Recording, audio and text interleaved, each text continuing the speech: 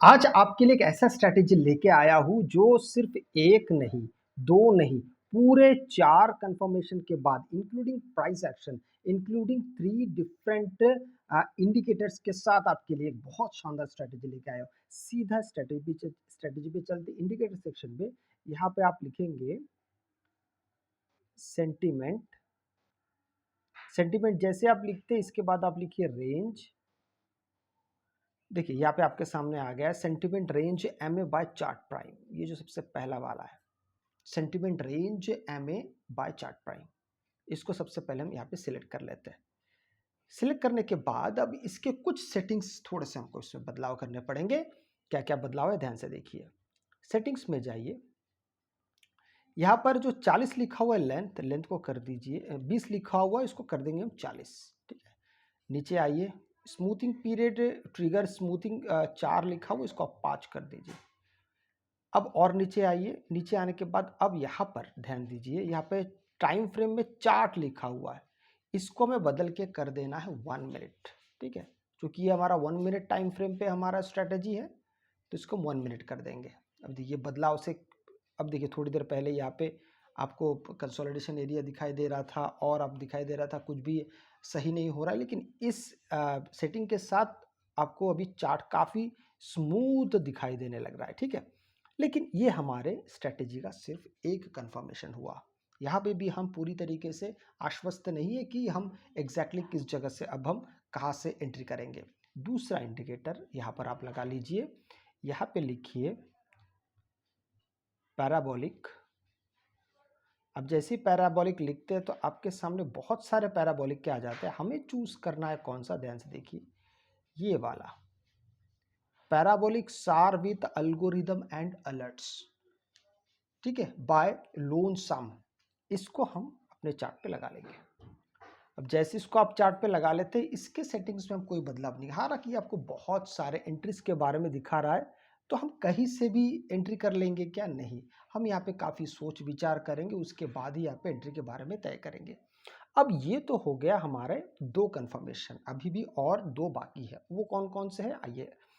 अब चूंकि आप जानते हैं ट्रेडिंग व्यू के फ्री वर्जन पे 2 से अधिक आप इंडिकेटर्स नहीं लगा सकते, इसलिए हम क्या करेंगे, पैराबोलिक इंडिकेटर्स को, सार जो इंडिकेटर, इसको हम यहाँ पे बंद करके हमारा तीसरा, आप देखिए यहाँ पे multi time frame support and rest supply and demand zones by लेनी किरुथु, ये वाला देखिए multi time frame supply and demand zone by लेनी, इसको हम यहाँ पे सिलेक्ट कर लेंगे।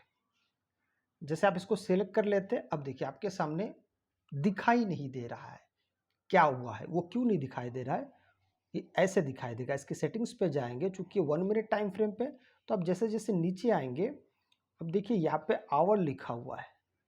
ठीक है, इस आवर को मिटा के आपको मिनट्स में कर देना है। अब जैसे मिनट में करते हैं, आपके सामने अब चला है, अब देखिए अब आ गया है। अब आपके सामने क्लियरली वो सपोर्ट भी दिखा रहा है, आगे जो आने वाला रेजिस्टेंस है वो भी दिखा रहा है। अब बारी आती है कि हम किस जगह पे कैसे हम चीज़ों को देखें और समझने की कोशिश करें और एंट्री के लिए प्लान करें। इसमें कोई डाउट नहीं कि जब जब हमें यहाँ पे 3 कंफर्मेशन चाहिए। नंबर 1, ये जो multi time frame supply and demand का जो हमारा डिमांड जोन है वो अब पहले आ जाना चाहिए। उसी के साथ आपका ये जो एमए है चार्ट प्राइम का, ये भी ग्रीन होना चाहिए। Point number 2। पॉइंट नंबर 3 करने के लिए आपको याद रखना पड़ेगा, एक बंद करना पड़ेगा और फिर सार को शुरू करना पड़ेगा। एग्जैक्टली आपको यहाँ पे पता चल जाएगा, यहाँ से देखिए इस जगह से। अब ये हो गया हमारा 3। चौथा क्या है? चौथा है एक ब्रेकआउट एसएल, ठीक इसके नीचे, क्योंकि ये हमको सार का जो पैराबोलिक सार है वो हमको कहाँ से लेने के लिए कह रहा है, वो हमको कह रहा है इस कैंडल से आप ट्रेड में एंट्री कर सकते हैं। तो ये सिर्फ दिखाने से नहीं होगा, हम ब्रेकआउट का पूरा इंतजाम रखते हैं कि इसके बाद ही हम यहाँ पे एंट्री के बारे में सोचेंगे और तय करेंगे।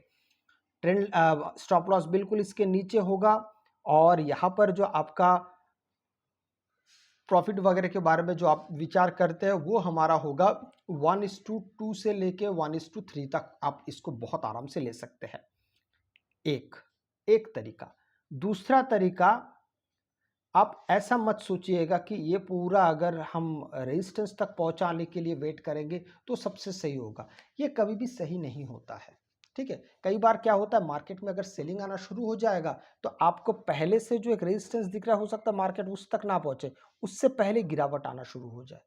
इसलिए आपको क्या करना पड़ेगा, भले ही हम यहाँ पे रेजिस्टेंस को आंखों से देख सकते हैं कि भाई मार्केट यहाँ तक तो पहुंच ही जाएगा, लेकिन मेरा ऐसा कहना है अगर नहीं पहुंचा तो, और उससे पहले अगर गिरावट आना शुरू हो जाएगा तो आपको पहले से ये पॉइंट्स तय कर लेने हैं कि आपको कहाँ तक जाना है, वहां तक आप जाइए, एग्जिट कर दीजिए। क्योंकि हमारे पास ये सार नाम का जो इंडिकेटर ये इतना कमाल का है, ये आपको थोड़ी थोड़ी देर में ही आपको बहुत सही एक इंडिकेशन देते रहेगा। जैसे यहाँ पर देखिए एक फॉल्स सिग्नल कैसे मिलता है।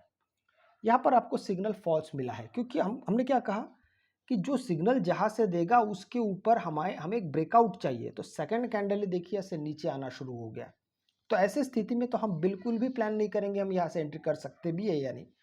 लेकिन चिंता की बात नहीं है, थोड़ी देर बाद फिर सार ने क्या किया, यहाँ से आपको दूसरा एंट्री के बारे में आपको बता दिया कि भाई यहाँ से आप दूसरा एंट्री कर सकते हैं। तो इस तरीके से जब आप देखते हैं तो आपके लिए ये सारी चीज़ें काफ़ी आसान होने लगता है। तो हमने थोड़ी देर पहले देखा कि अगर आप यहाँ से एंट्री करते तो धीरे धीरे आप यहाँ तक भी जा सकते थे, यहाँ से एग्जिट कर सकते थे। सेकंड वाला आपको यहाँ पे एक फॉल्स सिग्नल दिया, जो किसको पहचानते हैं कैसे वो भी मैंने आपको बता दिया। थर्ड वाला देखते तो वो भी हमें बहुत समय के साथ साथ धीरे धीरे बहुत अच्छा खासा हमको 20-30 पॉइंट अगर हम निफ्टी में काम करते वो भी आपको मिल जाता। अभी हम देखेंगे कि हमें अगर मार्केट नीचे उतर रहा है तो वहाँ पर हमें किस तरीके से चीज़ें देखनी पड़ेगी। तो यहाँ पर अगर आप एक देख सकते हैं, हालांकि इस जगह पे अगर हम इस सपोर्ट रेजिस्टेंस को अगर देखते हैं तो यहाँ पे आपको मिला नहीं है। हो सकता है कि पहले मार्केट में ये जा चुका है, इसलिए आपको यहाँ पे दिखाई नहीं दे रहा है, लेकिन ये ट्रेड लिया जा सकता वैसे ही जगह है। चलिए इसको फिर से हम सार को यहाँ पे शुरू करते हैं। अब देखेंगे कि यहाँ पे हमको एक इंफॉर्मेशन मिला कि यहाँ से आप बिल्कुल एंटर कर सकते हैं। पर हम एंटर कब करेंगे, जब इस कैंडल को ब्रेकडाउन मिलेगा। इस कैंडल को 3 मिनट बाद एक कैंडल ब्रेकडाउन देता है। देखिए कई बार होता है, बहुत सारे लोगों का ऐसा मानना होता है, समझना होता है कि जिस कैंडल में सिग्नल मिला है उसके अगले कैंडल में ही या तो ब्रेकआउट मिल जाए, ब्रेकडाउन मिल जाए तो ही एंट्री कर सकते, अदरवाइज नहीं कर सकते। ऐसा नहीं होता है। सिंपल सा यहाँ पे लॉजिक ये होता है कि यहाँ पे जब सेल सिग्नल आया है और सेलर्स अगर थोड़ी देर बाद, क्यों 10 मिनट बाद भी अगर एक्टिव होता है, उस सिग्नल के नीचे अगर मार्केट पहुंचता है तो यहाँ पे सेलर्स का जमावड़ा ऐसे ही आ जाता है। तो यहाँ पे ये नियम समझना बड़ा ही सही नहीं होता है कि जिस कैंडल में आपको सिग्नल मिला है उसके अगले कैंडल को ही नीचे अगर गया तो ही आप एंट्री कर सकते, नहीं तो आप एंट्री नहीं कर सकते। ऐसा कुछ भी नहीं होता है।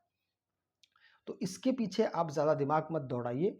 यहाँ पे अपना एसएल को बड़ा लेकिन मजबूत रखना होता है। याद रखिए एसएल बड़ा स्ट्रांग होगा, एक कैंडल इसके ऊपर जाएगा, उसके ऊपर और एक कैंडल जाएगा, आप एग्जिट कर जाएंगे।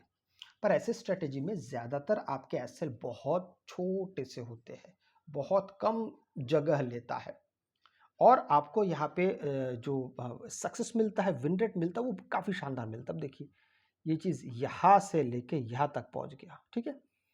अब यहाँ पे भी एक फॉल्स सिग्नल आपको देखने को मिल रहा है, ये वाला देखिए, यहाँ पे सेल सिग्नल आया, पर अगले कैंडल से मार्केट फिर ऊपर जाने लगा है। तो यहाँ पे नेक्स्ट यहाँ पे स्टेप हमारा यही होगा कि आप यहाँ पे बिल्कुल भी एंट्री प्लान करेंगे ही नहीं।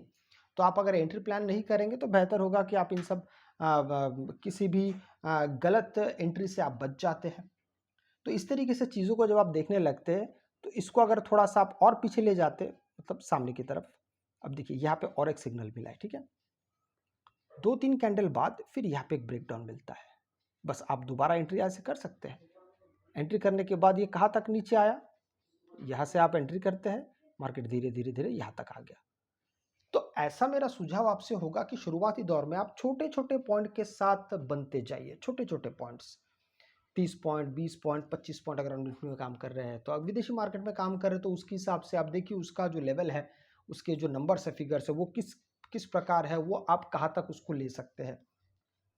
तो इस तरीके से जब आप चीज़ों को मैनेज करके चलना शुरू करते तो धीरे धीरे आपके लिए मार्केट काफ़ी आसान होने लगता है। अगर आपको वीडियो अच्छा लगे तो लाइक शेयर सब्सक्राइब जरूर कीजिएगा। आपसे मैं अगले वीडियो मिलता हूँ, तब तक के लिए जय हिंद।